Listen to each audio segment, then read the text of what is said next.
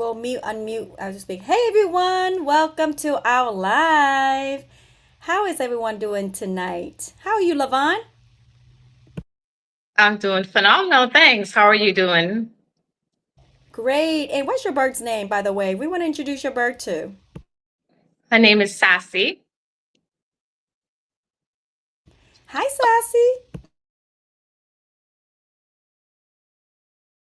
All right, we got Baron on with us as well tonight. That is our special guest. We're gonna ask him a lot of questions tonight. And we're gonna pick his brains about the airline industry, how to become a flight attendant. So we're excited to have you here tonight. How are you doing, Baron? I am phenomenal and amazing, Hawaii. How are you? I'm excited. I'm excited. I'm here with both of you. So we're gonna take 30 seconds to go ahead and if you could just go to my page and share it to your Facebook Live right now. I'm gonna do the same.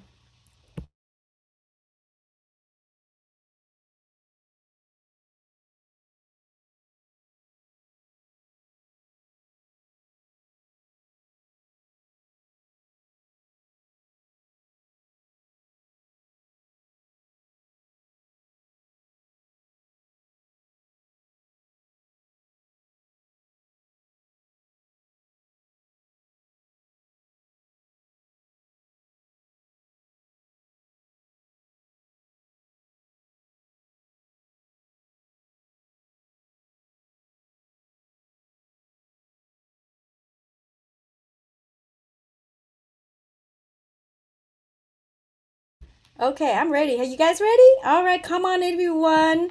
Welcome, welcome again. Thank you so much for being on with us tonight. So, any of you guys, Okay, I'm ready. Are you guys ready? ooh, All right, come on, everyone.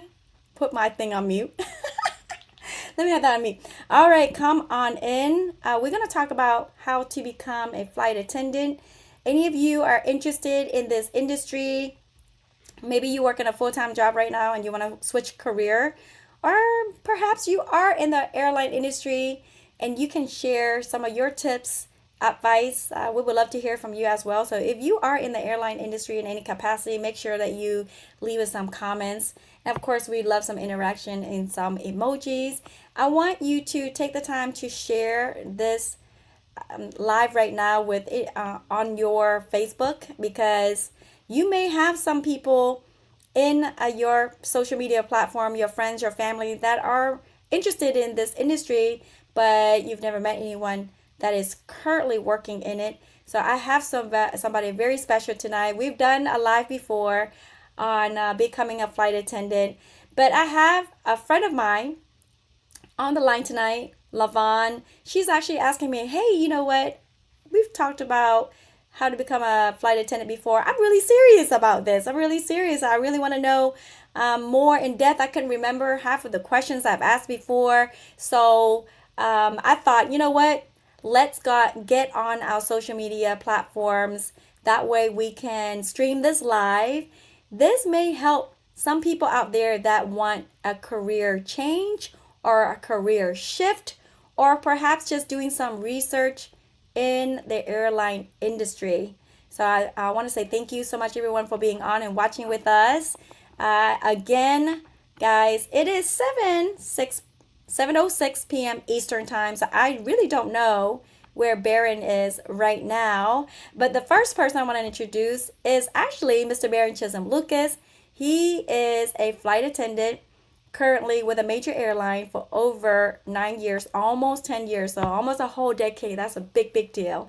And he's also in the travel business with us. He does that. He owns his business on a part-time basis. This is how we met. So I want to go ahead and introduce Baron.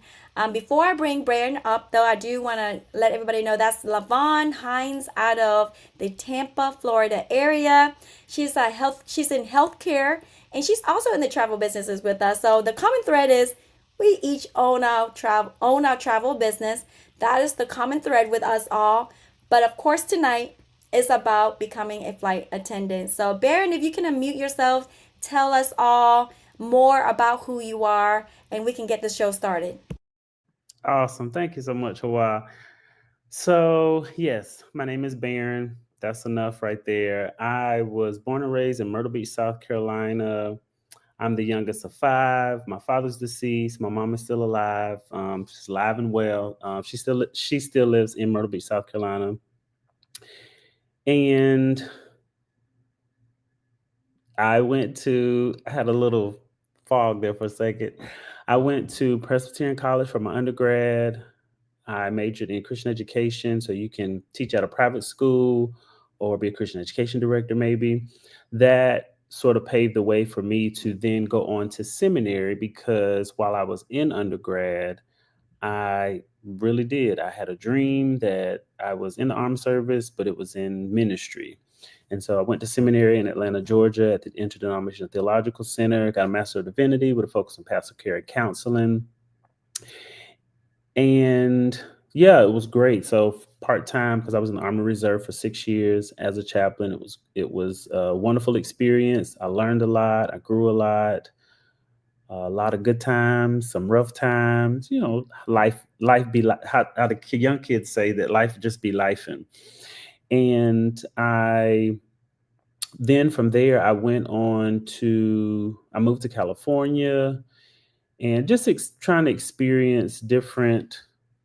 Did I lose everybody? Oh, there they are. Oh, I see. Okay, gotcha. Um, yeah, and then I went to California for a period of time. I was actually on a temporary duty assignment. And really, it was there, or I should say prior to there, but there where I really began to have an affinity for traveling a whole lot more. So I would say after I graduated graduate school, and of course, being in the military, I was stateside the whole time. So unfortunately, I wasn't at cool places or stationed at cool places, but nonetheless, it was still a great experience. And so around 2010 is when I started traveling a whole lot more. And it continued to set in where I was like, ooh, I would really like to do this.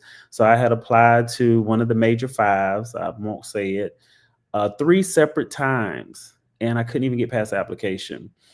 And so I then applied in 2015 to my current airline. And within 7 months, I basically was hired. I enjoy traveling, obviously. I also have a little 2-year-old Yorkie poo. I am married to my wonderful husband here in Greensboro, North Carolina, and I'm a travel business owner. I started to tell a little bit about my story, but I know you were saying to kind of tell you about me. Um, yeah, I don't know, maybe probe some questions, but that's the gist of it. I love helping people. I love having fun. I've been through some dark times in my life, but I'm still here to sort of share my story in whatever way that I can, whether it's one on one or in something like this. And one thing I will say, one thing about me is I'm just very grateful for some of the experiences that I have gone through because it's made me a stronger person. I've learned a lot. I'm still learning a lot. I still make mistakes. I still don't always get it right. But one of my close friends, he always said, you don't have to experience my story to learn from it. And so I'm often having that as part of my purpose, that whether it's on a plane or on a layover or in a restaurant or in a coffee shop or at a business event, at a family gathering, and maybe family bring friends or whomever I'm talking to, if it comes up, then I think that's great to just maybe share about some of the things that I've gone through in my life. I'm 40 years old, so I know I don't look it. I have a great skincare routine. He does. But that's a whole other life. Okay, we'll do another one about his skincare regimen because I we hung out together and he's nice and smooth. That's right. Yes, I do my best. So, yeah, so I would say that's pretty much the gist of who I am. Thank you so much for sharing that. We're gonna get to know a little bit more about Baron and what he does, as a flight attendant. But I have my friend here, my good friend Lavon Hines. She, like I said, out of Tampa. We actually met on Facebook. That's how we got connected. And she wanted to become a travel agent, right? And was curious about the industry.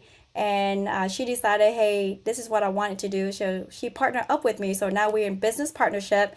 So we own travel businesses together and we have become great friends. And so before I dive in a little bit more, Lavon, if you can unmute yourself and let us know a little bit more about you.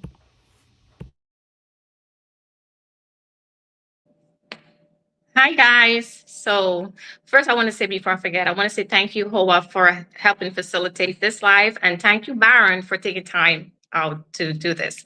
So, I'm originally from Trinidad and I moved to Florida many, many, many years ago. So, I reside here in Florida. All of my family still lives in Trinidad. So, I visit my family a lot back home. My parents are still alive. All my siblings, everybody is back in Trinidad. Um, I am a boy mom to a teenager boy. I'm a bird mom, as you can see right here. I'm a bird mom. I love to travel. But my current career is I work in the healthcare. And I started off working in the healthcare because I love helping people. And just when I first started off, I started working with kids that have autism. And that was really interesting to see kids that was nonverbal, but how intelligent they are.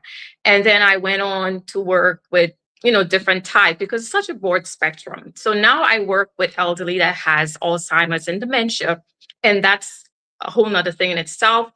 But it has taught me a lot. Working with patients that have Alzheimer's and dementia has taught me. I feel like it stretches me because as a healthcare provider, you got to have love, you got to have compassion when you serve people. It has to come from your heart. You have to have a passion for what you do when you work with people. But dementia Alzheimer's is a different thing. It stretches you because you have to be extra patient. You have to have the extra care, extra compassion, extra love for what you do because it's such a uh, it's a disease that it's a terrible disease. A person, one minute they have their mind together and then they don't remember who they are, and just different things that comes along with it, the challenges that comes along with having Alzheimer's and dementia. So that's what I do. I love helping people, and I think the hardest part of my job is when my patient come to the end of life. That is the most challenging part for me. It's very sad because when you work with patients, you form a bond. You love them. Their family gets to know you. You know them. You just have a good rapport. And to go through that journey with them is definitely life changing. It's it's emotion. It takes a toll on you emotionally. You know, you've been with them for a while, and then they have come to the end of life, and you know, they tell you they're scared, they're fearful, and you have to comfort them. You have to give them that reassurance and that comfort. And you just have to be kind and just love them through that process. So that's a little bit about what I do. And I love to travel. I love people. I love meeting new people. I love trying new foods. I'm very colorful. I love colors. Colorful colors make me feel alive. Yeah. So that's kind of about it for right now. So before you started the travel business and getting to the travel industry period, how many cruises have you been on? 11 cruises. Yes, it makes sense you're in the industry. So let's talk about your interest of, this is the reason why we're doing the live today. Lavon, you're really, really interested in a career shift, possibly becoming a flight attendant. Have you always thought about this? Is this something that you've had like Baron, like he said, a long time ago, he thought about it and he pursued it? How about you? What made you become so interested in what Baron does as a flight attendant? So it was something that I always thought about becoming a flight attendant just because I love to travel, and I love meeting people. So it was something that I always had in the back of my mind. And I got married. I had have a family, so that was kind of put on the back burner. But the season in my life shifted a little bit now, and so I love what I do currently, but I feel like I'm at that crossroad where I want to try something different. I want to do something different, and so I'm just looking at all the different options. But I want to do something that I love because, I always hear them say when you love what you do, it doesn't feel like work. You're excited to go to work. You're excited because, you're going to encounter great things. You're going to have challenges, but overall, you're going to enjoy what you do. And so it's just something that have always been in the back of my mind. And I'm like, it would be nice to check that off my list. So that's where I'm at. Oh, I love you sharing that. And we have the perfect person. So, Baron, being a flight attendant almost 10 years, you must love it because, the sense of loyalty nowadays with the workplace is not like it used to be, right? People working 20, 30, 40 years like our parents. That's not as common, but I think that's a big deal that you're almost reaching that 10-year mark with this major airline. So, let's talk about what you do as a flight attendant. And I already asked you to kind of come up with 5 to 10 benefits of being a flight attendant. So would you share with us what those are? Yes, absolutely. And I will just say I do absolutely love it. And I also wanted to answer your question before, well, your statement rather. He was like, I don't know where he is. I am home today, y'all. And if I may, I'm gonna share this real quick. So I just finished a trip yesterday. It was a 3-day trip. So that means I left, what's today, Friday? Yes, I left on Tuesday. So it was Tuesday, Wednesday, Thursday. Well, Tuesday, it was just one flight to Phoenix, had a long layover. No, Wednesday, I'm sorry. Long layover, like 20 hours. So I'm able to get there and I can unwind. I actually hung out with my crew members. We went to a real nice restaurant and then we were just kind of walking around Phoenix. We got into the Waymo cars. If you've never been to Phoenix, that's the only place I know they're on the West Coast. These are literally, y'all, cars that drive themselves. I have some content about that and I just need to post this. I have to put it together. I posted on my story one time, I think my Facebook story. But yeah, so had a really, really fun time with my crew. Got in, talked to my husband for a little bit. Then I went to bed around 10 o'clock. Well, yesterday, mind you, Phoenix is 2 hours behind us here on the East Coast or in the South. So I have a business Zoom. It's a reading Zoom that we have. So I went to bed about 10:30. So that would have been 12:30, Eastern. But then I had to get up at 3:30 to prepare for our reading Zoom call. So I was technically up from 6 and then I got home last night at 12. I worked 4 flights yesterday. I went from Phoenix to Des Moines, Iowa. Then I went to from Des Moines, Iowa to Charlotte. Then what we call as a turn where you go to one city and you come right back to where you originated from. So then we had to do an Atlanta turn. So it was 4 flights yesterday, a really long day. Then I had an hour and a half drive. So I just put that out there to tell you sometimes that's how a flight attendant's life can be. Like I was literally up for almost 16 hours working for, well, 14, working for 12, working 12 of those 14 hours. But anyway, not complaining, just sharing so you kind of even have a glimpse. Yes, I absolutely do love my job. It's funny that ministry is always a part of my life or will always be a part of my life. And I really thought that I was going to start off reserve in the military, go active duty, which means full time, do it every day, all, throughout the week, and retire. Well, that wasn't the case. So I say that to say this is the longest career or job that I've had. So I think that says a lot as well about how much I really do love being a flight attendant. Some of the benefit, and I looked it up, so I don't have to come up with anything, nowadays the way technology is, but I would agree with these and I can definitely expound on them.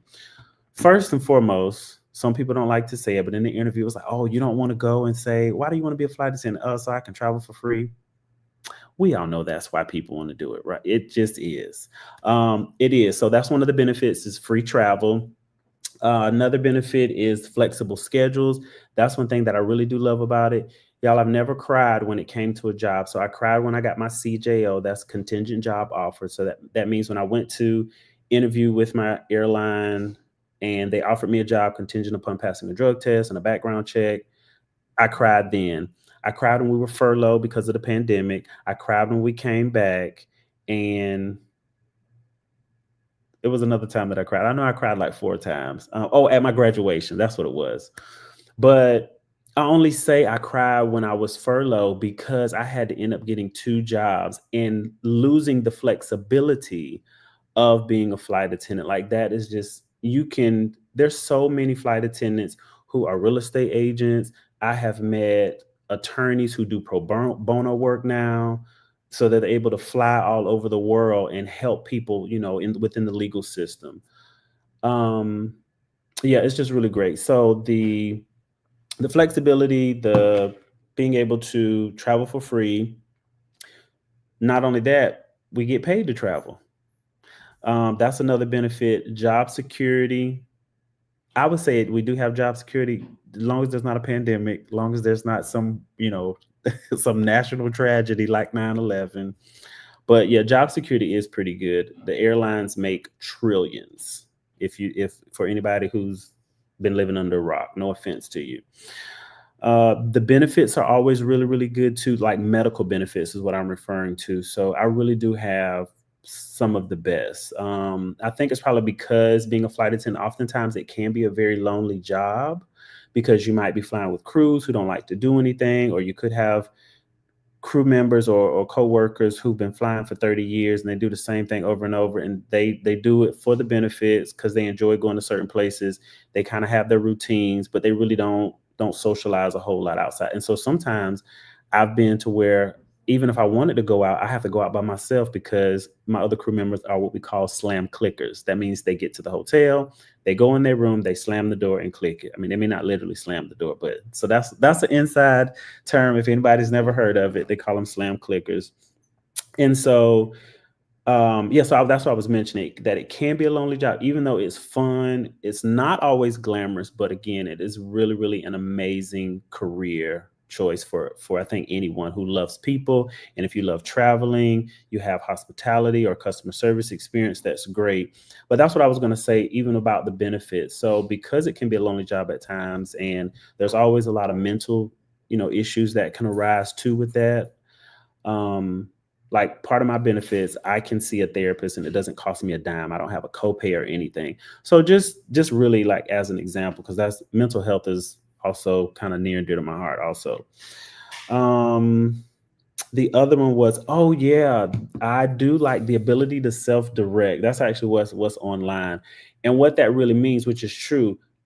So all of the jobs that I've had, even in the military, I had a supervisory chaplain. In all of our jobs, and maybe not so much. Like I think about you, Hawa, being a nail tech. Your parents own your salon, but maybe they could be your boss or your manager, if you will. But most people on a job, right? You have a supervisor or a manager. We still have managers, but our managers do not fly with us. So when we say the ability to self-direct, that's really where leadership comes in, and that's where our training comes in. We know what we're supposed to do on a day-to-day basis, but you don't have anybody supervising you. We know our policies and procedures, the way in which we're supposed to do service, how a car seat is supposed to position, what we need to do in terms of checking our equipment. Some people don't know this, but you can actually have virtual reality goggles on the plane. You just cannot wear them during taxi, takeoff, and landing. You have to wait until we get in the air to put them on. So it's just little stuff like that we kind of know. And again, it's like self-managed. So you don't have somebody looking over your shoulder, micromanaging you, sending you an email, hey, you late from break. Now, if you show up late to the aircraft when it's time for boarding, stuff like that, or if you sign in late at the very start of your trip, then yeah, that's when you might hear from your supervisor. But other than that, you're on your own essentially, and you're working with the crew. So you have to be a team player, of course. And I think the other one that I love is opportunities to meet new people, as well as, of course, paid vacations. The opportunity to meet new people was kind of one of the cool things for me. So I'll be honest, y'all. Part of me, I wanted to become a flight attendant just to see what famous people I can run into. So I've had that experience. I've had Stedman. If you don't know I forget his last name. If you don't know who Stedman is, that's Oprah's life partner, I guess we could say. I've had him on a flight. I've had, for any of my gospel people that might be listening, Tasha Cobbs Leonard. Tasha Cobbs Leonard. She's a gospel singer. I've had her on a flight. Anyone who loves RuPaul's Drag Race, Monet Exchange, I've had on a flight before. I have had Diana Ross on a flight. We all know who that diva is. Anyone who is into rap music, there's a young lady called Yandy Smith. I know she was on Love and Hip Hop New York, I believe. I had her on a flight. Um, who else? I've had Lester Holt on the flight, Michael Bolton, John Mayer. I mean, the list goes on. Some very, very cool people. And oftentimes I have a lot of athletes on the plane as well. Most recently, I had Ice T. Y'all know who Ice T is? Yeah, his beautiful wife from, I think, CSI. So yeah, so being able to do that, but even if it's not famous people, the opportunity just to meet some amazing folks. One of the ladies that's actually in the business with me, I met her on my flight, just having a conversation. I handed her a business card. Now we're in business together, just from having. And so just the opportunities that are given to us just by the people that we meet. There have been flight attendants who told me, "Oh yeah, even though I know another flight attendant who's a real estate agent, I met a lady who lived where I live. She's a real estate agent. She was on my flight. We connected. Like they purchased homes from passengers they've had on flight. People have met their wives on flights and husbands on flights. So I'm telling you, it's really, really amazing. You get to see beautiful places. Again, you get paid for it. So I can go on and on about it. Like it's just the good definitely outweighs the bad. I will say this: summer traveling is not my favorite. You have You've got kids out of school. It's just a lot. It's very, very stressful. Then you've got the weather to deal with. So then there are delays, and that makes your days longer, especially if you have a sit time. When I say sit time, that means I work a flight, I'm at the airport, but my next flight that I'm working doesn't leave for another 3 hours. So you sit in the airport. We call it airport appreciation. Some airports I do not appreciate because they don't have good food, they're overcrowded, they're old. I'm gonna keep it 100 with y'all. If you ask me what it really is like, I'm going to tell you without sharing any, security related or proprietary information. But yeah, I would say those are. I think that was 5 to 10. Is that right? Yeah. Oh, that's great. Thank you so much. I see Lavon get excited with some parts. Lavon, so everything that you heard, what excited you about, the most about what Baron just shared with you? And then I want you to be able to start asking, a question or two relating to how to become a flight attendant. Okay. Pretty much everything that Aaron talked about is it seems very exciting. And of course, you're gonna have down days or challenging days like in anything that you do, right? So it's just like you said, the good outweighs the bad. So, but pretty much mostly everything you said sounds very exciting. So, and you know what? It's pretty interesting because you actually answered two of my questions that I have on my list, which was you answered what motivated you to become a flight attendant. That was one of my questions. And the second one was, have you met any famous people? And you answered that. So thank you so much for that. So I do have a question for you. And the question is, what's the process of becoming a flight attendant? What does that look like? Can you explain that to me and to someone else or people who might be interested in becoming a flight attendant? Absolutely. Absolutely. Great Great question. question. The first thing is you gotta be open. And when I say open, you gotta be open and willing, and also being intentional about looking into maybe which airline you want to be, or if it doesn't matter, which at the end of the day, all airlines do the same thing. There's a different culture with every airline, just like there's a different culture with every company and or the organization.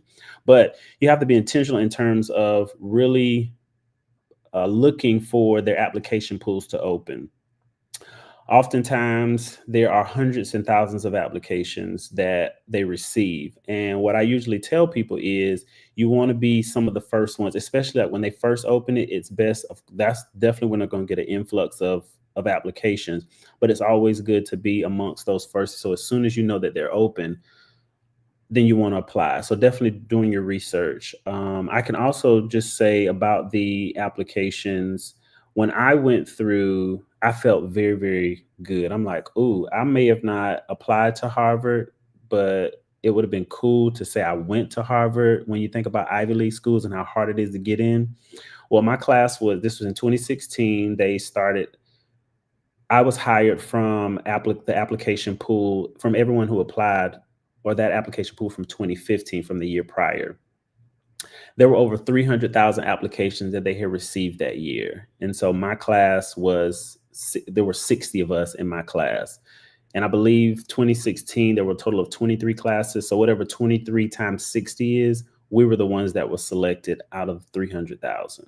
That's what our director of recruitment shared with my class. So I thought that was pretty powerful. They said sometimes it can be even harder to get on with an airline than it is to get into an Ivy League school. So I think that's kind of true. But you probably don't have 300,000 people applying to Ivy League school. I don't think. Anyway, so once you apply, you simply have an online assessment that you do. Then they'll do a video interview, which it's not really with a live human. It's pre-recorded. They just want to see your face. So you want to smile. You want to be genuine, natural, honest. Don't come up with answers that you think they want to hear. I always tell people, just be yourself, and smile. And then once you do that, normally what they'll do is they then call you in for a face-to-face interview. So most airlines that I'm aware of, they obviously get all your information, which airport you would be flying from. So they fly you there. Usually it's a group interview is the first interview, and they want to see that you're a team player, how well you work with people. So they'll have all kinds of activities on decision making and just team building activities, I'll say. Kind of give you a little rundown again this group interview. And then if you move on to the next phase, then you have a one-on-one interview. That's usually with someone who is part of a recruitment team or within the human resource department. After that, if they give you, as you heard me say earlier, a CJO, or sometimes they may not give you a contingent job offer that day or on the spot. Sometimes they'll call you a week or two later to say, yes, we'd like to move forward with you. And at that point, you need to be able to pass a drug test. You also need to be able to pass a background check. And a lot of times people are concerned about the background checks. What they're looking for, I can say this, from what it could have changed in the past 10 years. It's been a while. But I know when I was asking, sometimes I've had this question before. It's like, oh my goodness, I got intoxicated and I went to jail before because I was public intoxication, or I don't know, I had a domestic violence charge, unfortunately, not making light of any of these things. But sometimes people are concerned, oh, I'm not going to be able to pass a background check. They're looking for, did you bring a gun on the plane? Did you threaten a flight attendant, or you try to get into the flight deck? They're looking for aviation stuff. I can't necessarily say that most airlines hire felons, but again, we are safety professionals. I would like to put that out there too. Not just glorified waiters or waitresses. That's what some people say. I think it's cute though. That's funny to me. I'm like, that's what we do day to day, but it's way more than that, I promise you. And so, once you pass all of that, then they will give you a date to start training. You go to training. At my airline, when I went through, it was 6.5 weeks. They've cut it down a week now to 5.5. Everything is about money. We can say the budget, I should say. And then once you complete training, you have graduation, and then you start wherever you're going to be based. Now, I know with my airline, the way that they do in the airline industry, everything's based on seniority. The longer you've been with the airline, the better schedules you get. That's really all it refers to. And because you aren't technically hired during training, they use your age as your seniority number. So here's when it's nice to be older, because when it comes to choosing your base, they have, I know at my airline, there was Dallas, New York, Miami, Boston, and Chicago.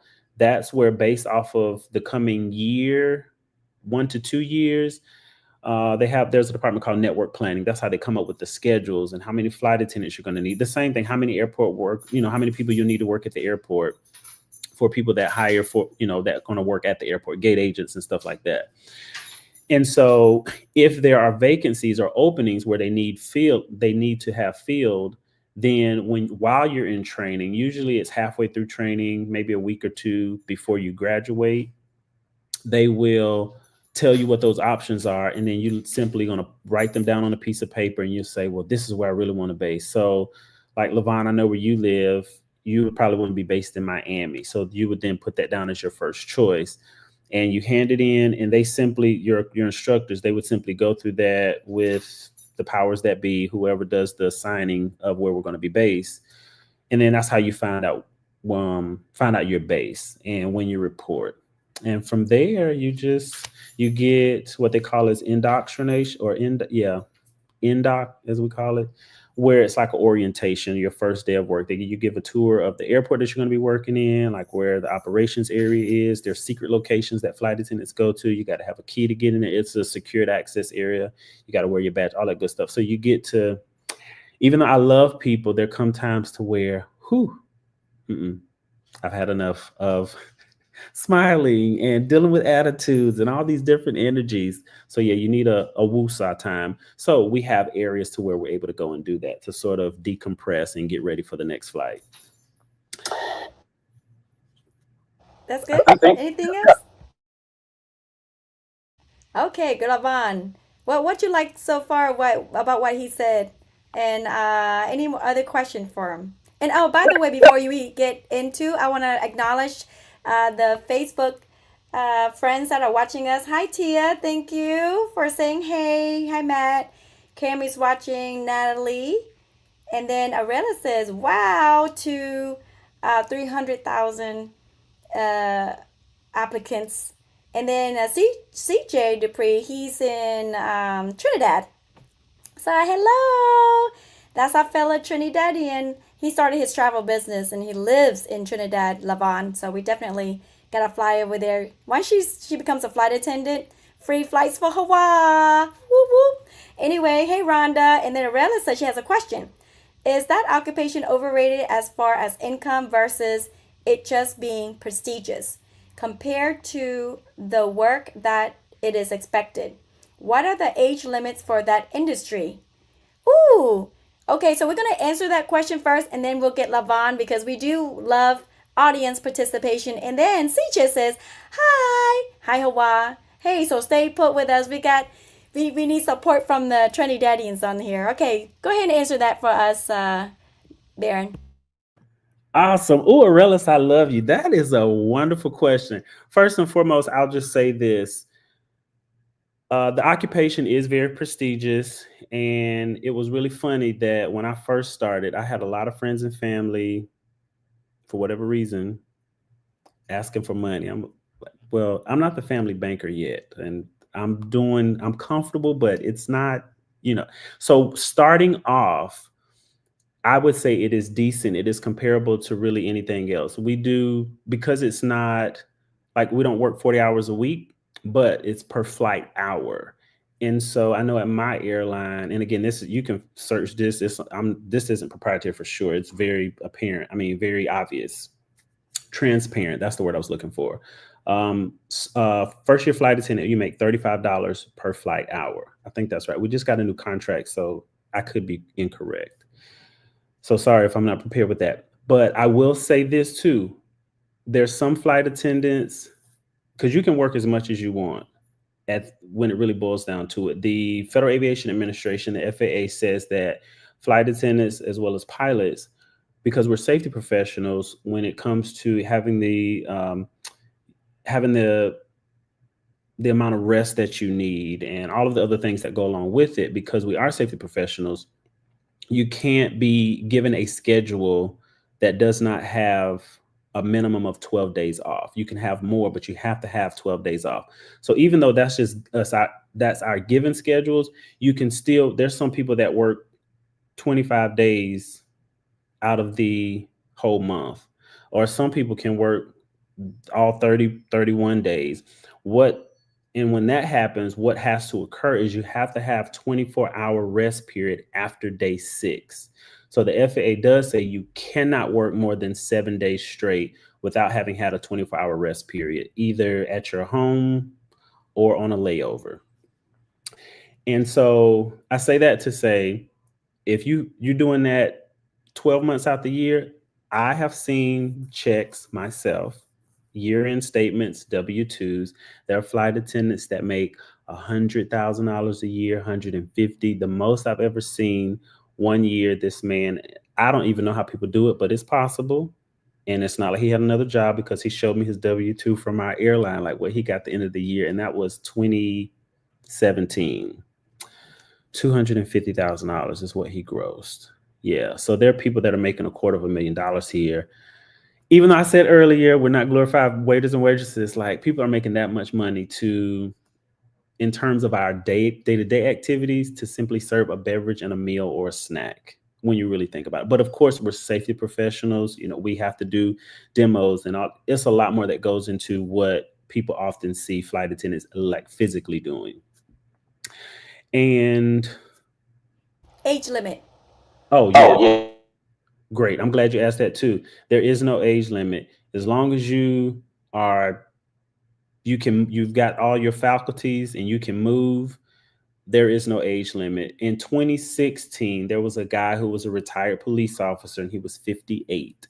He is still working here now, and so that's that. I can even tell you, I believe it was last year or the year before. There's a lady named Betty Nash. She was featured on CNN, and I think Dateline, a whole bunch of other news places.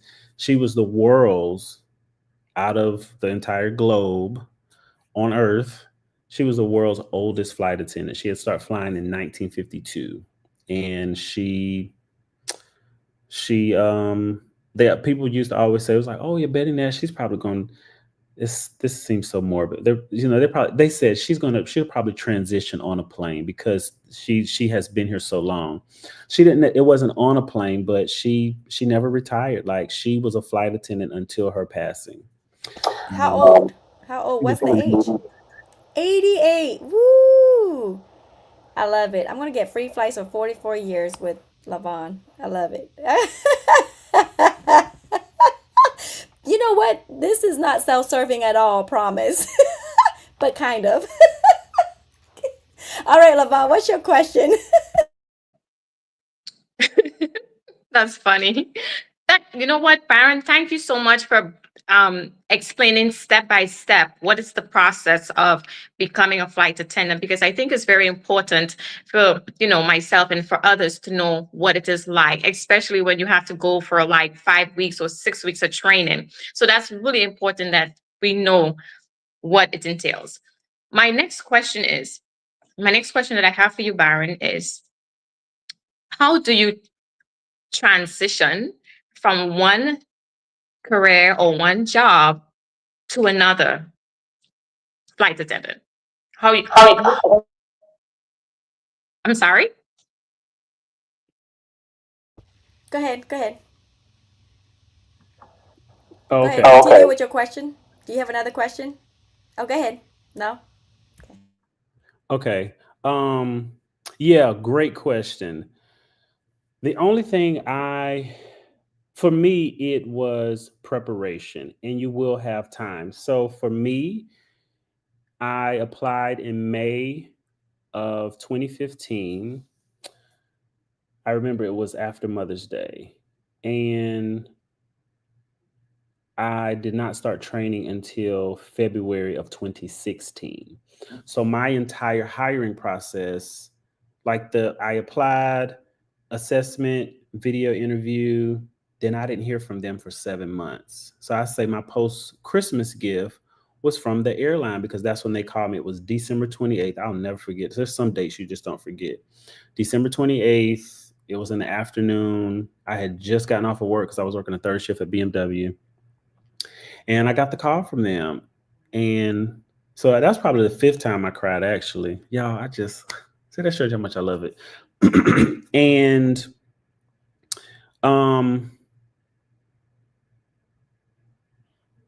oh my goodness, I lost my train of thought. So you got the news on December 28th that you got the job. And so she wants to know your transition, what it looks like.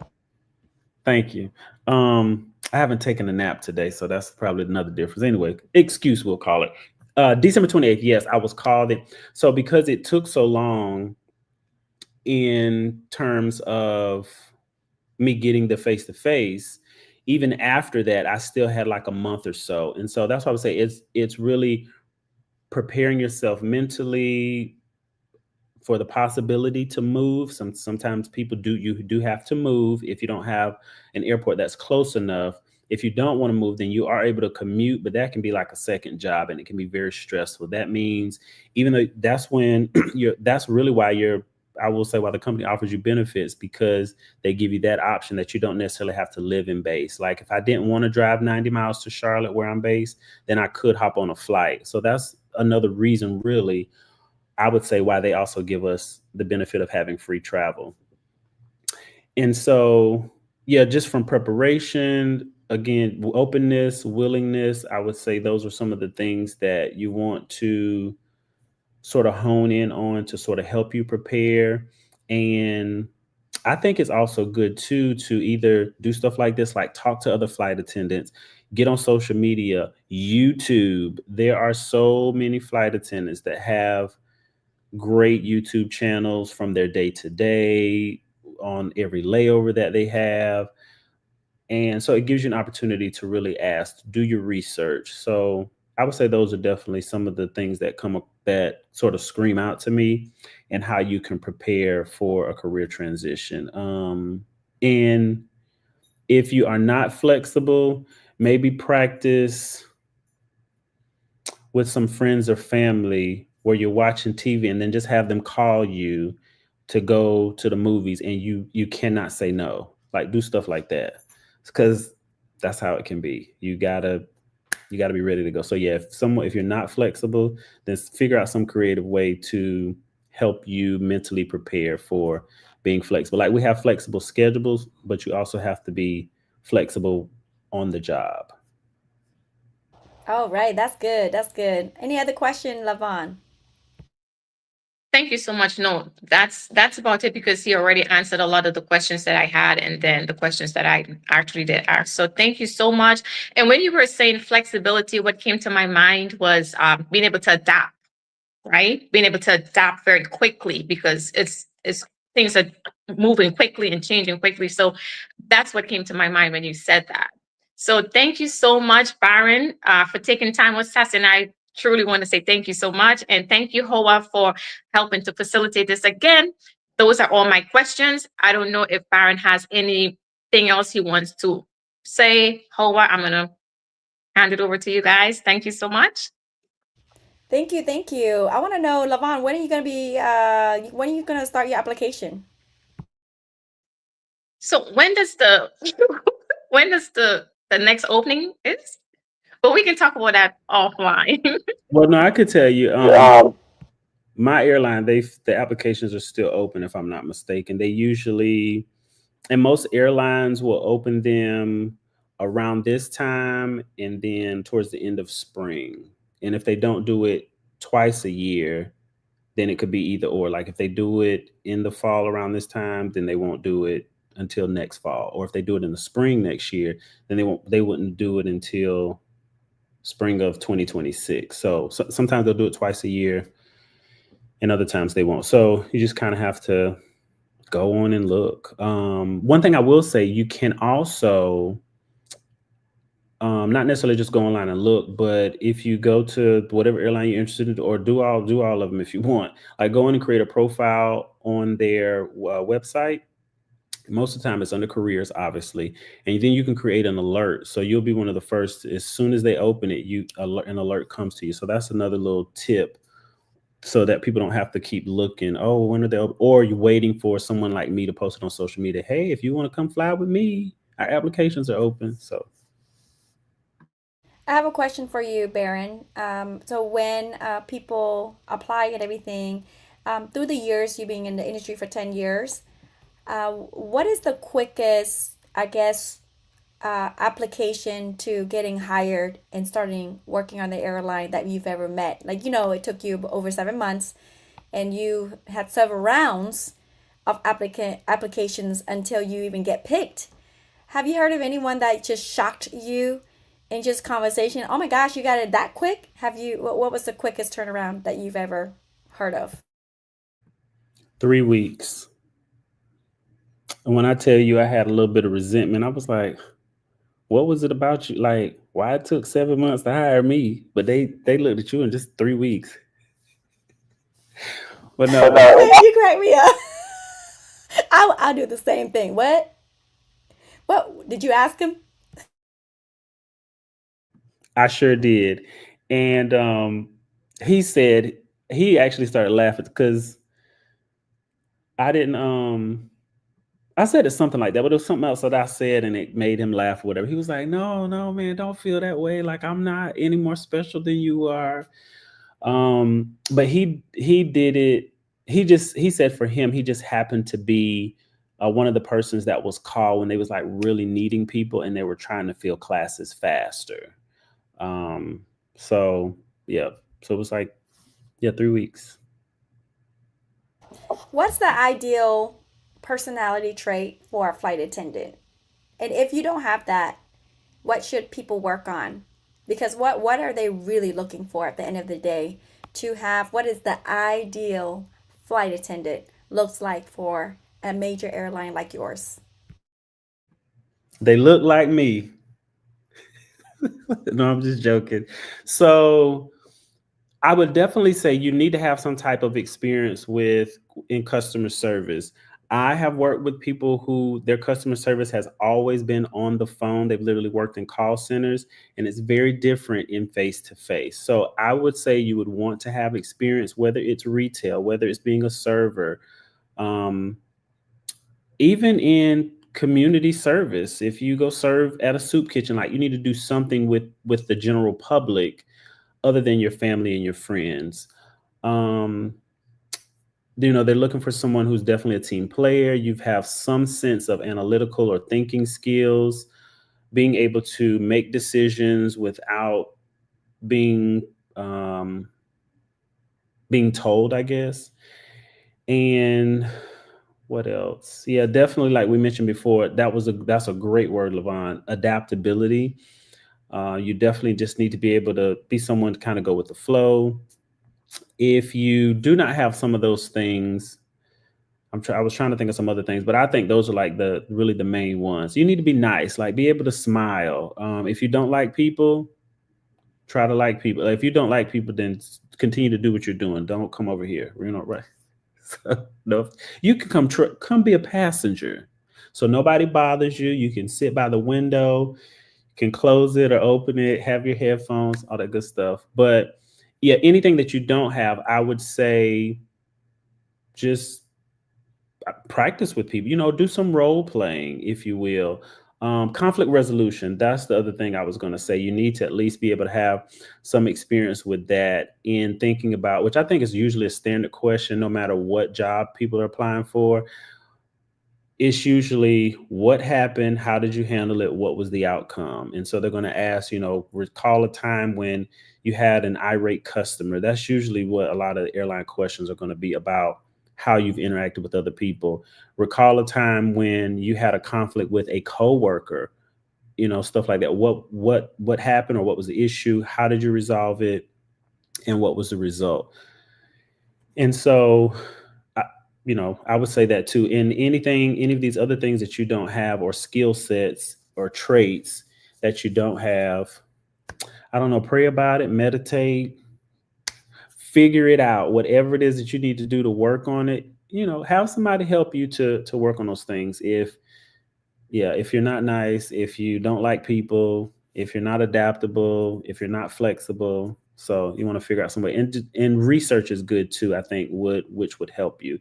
Kind of what I said before. So you kind of want to think about that. And then even more so, the job descriptions are very spot on. So yes, I'm just telling you candidly the traits that they're looking for, but you want to definitely. I remember when I applied, and I've never done this before. I might have skimmed stuff in previous jobs, but I read the job description. I think I read it 5 times, just so it was kind of ingrained. So when I went to the interview, I'd be able to show them with my words that I knew what I was talking about, that I was the type of employee that they were looking for, their ideal candidate. Hey, it sounds like Lavon has all these traits, so I don't think it'll be a problem. Not at all, right? Now I have another guy. I know, like I'm interviewing, like I'm becoming a flight attendant, but I think this will help. This will help a lot of people that are watching because I know there's going to be hashtag replays. You guys are going to watch this later. If you hear any of your friends mention flight attendant, they perhaps want it. I mean, the research is really getting to know it from the inside, not just reading it from a website or Googling. You want to know somebody that's actively in it. So my next question for you, for anyone that's probably watching for a career path, because maybe they're making a certain amount. I know Lavon, she's making a certain amount right now, and she's going to do a career shift, and she's going to switch from one career to the next. What would one expect if they were just doing an average of 40-hour work week as a new flight attendant in 2024? They get hired. What would be their salary, gross salary without taxes taken out, if you can disclose that, like an average? I'll say 50,000. The form that they give us is not even if you work 40 hours a week, it's like 75 hours a month. And so again, that's because there's a minimum number of hours that we have to work every month. 40 it really is, but the company will just do 75. And they'll usually give you some type of letter if you've got to. I know when I first started, they gave us that letter. So I again, keep in mind I started almost 10 years ago, and I was based in New York when I first started, and I was living in New York. So they gave us letters. Well, they gave everybody letters, but I think sometimes at certain bases they just give everybody letters because when I first started, I needed that letter so I can go and apply for food stamps. You'd be like, "Oh my goodness, really?" Yeah, because I was when I first started, you made $26 a flight hour, and the base was 26,000 a year. Now it is 35,000 a year. Like if you just do the very minimum, you work 75 hours a month, you literally, even though you were hired full time, you can work part-time hours. There's some people do 15 hours a week and they may only do 2 weeks. Well, no, you'd have to do more than that. But the average person has to work no less than 40 hours in order to keep your medical benefits. So that's part of the stipulation that my airline has. And so yeah, there's actually a young lady who I recently worked with, and I can just share this. She is in her first year. I think she started in January, so she's got a couple more months before she makes a year. And I believe by the end of September, she had already grossed like $72,000. So what that lets me know is, oh, she is working a lot. Because even for me, my hourly rate, it's flight hour again. My hourly rate is I double her rate, and I won't say no more. But anyway, so yeah, you can, depending on how, if you're a go-getter and you're okay with fly, with working a lot, sometimes people don't realize it too, which I never, the longer you've been, sometimes you'll start having frequent earaches or sinus infections. So that's why it's important to really take care of yourself. You got to eat right, get adequate rest, drink a lot of water. Of course, you go up and down you're going 35,000 feet up, then you're coming back down. That's a lot on your body physiologically, but being a flight attendant, it can also dry out our skin. So I've never kept so much rose water on me, and I've never drank so much water. Sometimes I'm still really bad, but yeah. So I know I kind of went off on a tangent there, but I would say about 50,000 would be average with where it is now. For my airline, we got a new contract, so the pay is a little better than it was 10 years ago. I love it. Thank you. Yeah, I think that's important to know. Like, if what am I expecting when coming over to a career path? Because you don't want to start. You make 50 already in your day job, and you want to pursue your dream as a flight attendant, but you're making 35. That's a $15,000 cut, right? So all of that really matters. So the last thing is, before I go into this, Lavon, any other questions? I knew it. See, that's why we talk. Go ahead. I'm sorry. Before I lose the thought, when you said career, that was one of the other benefits of being a flight attendant I was going to say. So just real quickly, I never thought about it until I became a flight attendant. But if you're looking to get into aviation and just do different things in aviation, because being a flight attendant and a pilot are not the only things. There are people who become flight attendants, they then become air traffic controllers. So now you're the ones directing the planes and all that stuff. If you've ever, if you've ever wanted to get into management, there are a lot of flight attendants who you start as a flight attendant and they'll retire as a flight service manager. That with they're over people like me, they're over the flight attendants.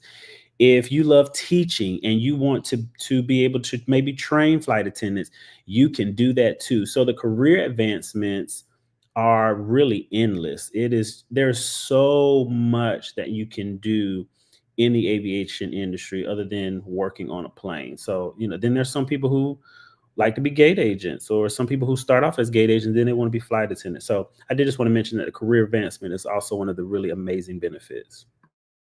I love that. Okay, Lavon, go ahead.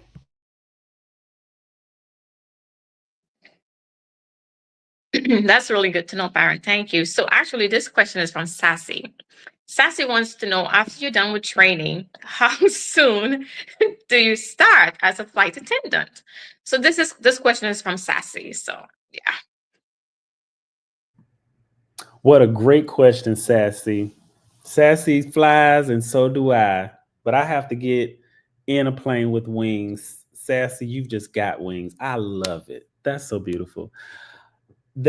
After you graduate, the company gives you 5 days. That is called, I can't remember the term. I'm going to call it a transition period. So they give you basically 5 days. So if you need to move or what have you, I honestly can't remember if the airline still does it now. I want to say they do.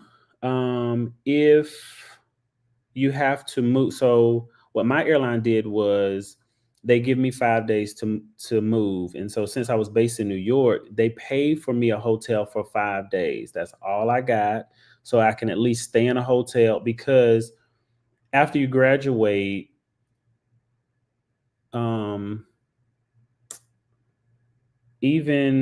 wait a minute. Yeah, no, okay, no, that is right.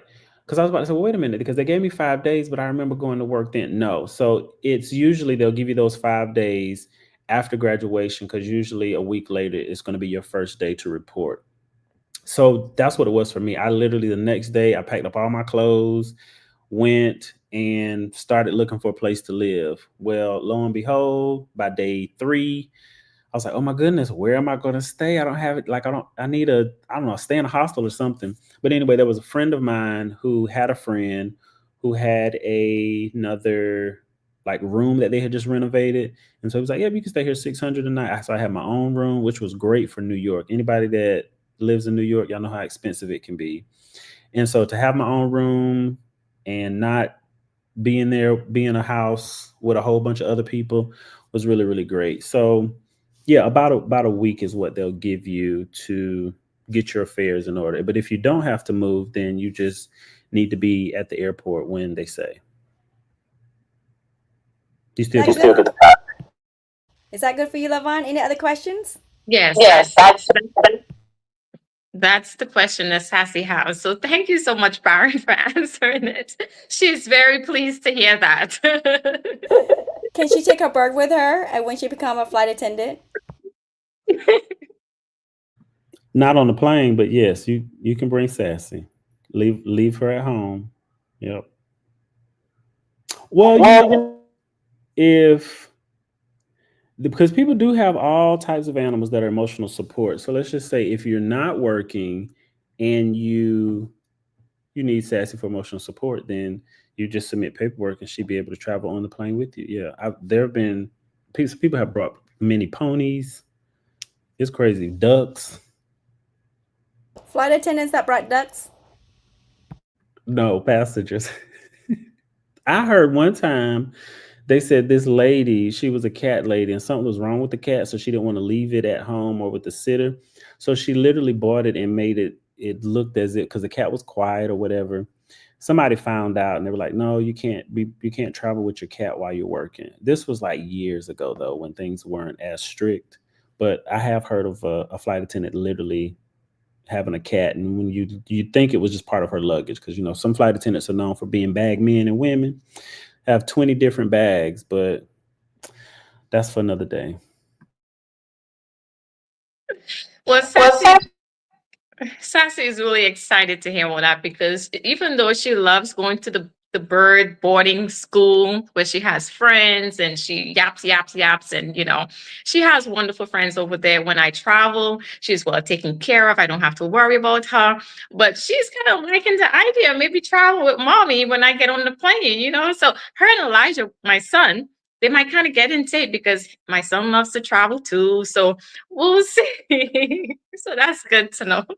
She's excited, Byron. She's very excited. I love it. I love it. Baron, so before we end this live, we are in the travel industry as business owners in the travel space. We each own our travel business. You did it opposite, which meant that you you are a flight attendant first. You were a flight attendant first, and then you added the travel business. Now you're a travel entrepreneur, a travel boss, and you get to utilize the travel business when you travel. So you have downtime, right? You're able to make extra streams of income with the travel business. So now Lavon is doing the opposite, which she is already in the travel industry. In your own words, what are your thoughts about her already owning her travel business, but now getting into aviation? I love that. And I think it's good. First and foremost, I really do, Lavana, and I'm not just saying it because we're on camera, but I told you when we were on a cruise, at least, and if I didn't, then maybe I was supposed to tell you. But I really do. I think you'd be a great fit. You're beautiful. Your energy's amazing. You love people. You're very kind and articulate. All of those things. You're very thoughtful, and you know how to think things through. You make decisions just from what I know of you. And so, really, for me, I would say that would be just the same way. Like, even though I'm a flight attendant, I was already in the travel space, and so to own my own travel business, it just made sense. And it kind of just sort of tied together organically. And so I think the same thing for you, the fact that you're already in the travel business, then you'll be able to, and then the fact that you've already been on planes, all of those. So some people have never flown before and they apply to be a flight attendant. And then they're like, oh, this is not what I thought it was gonna be. Then they quit after a few months. Um, but yeah, I think the transition for you would be good.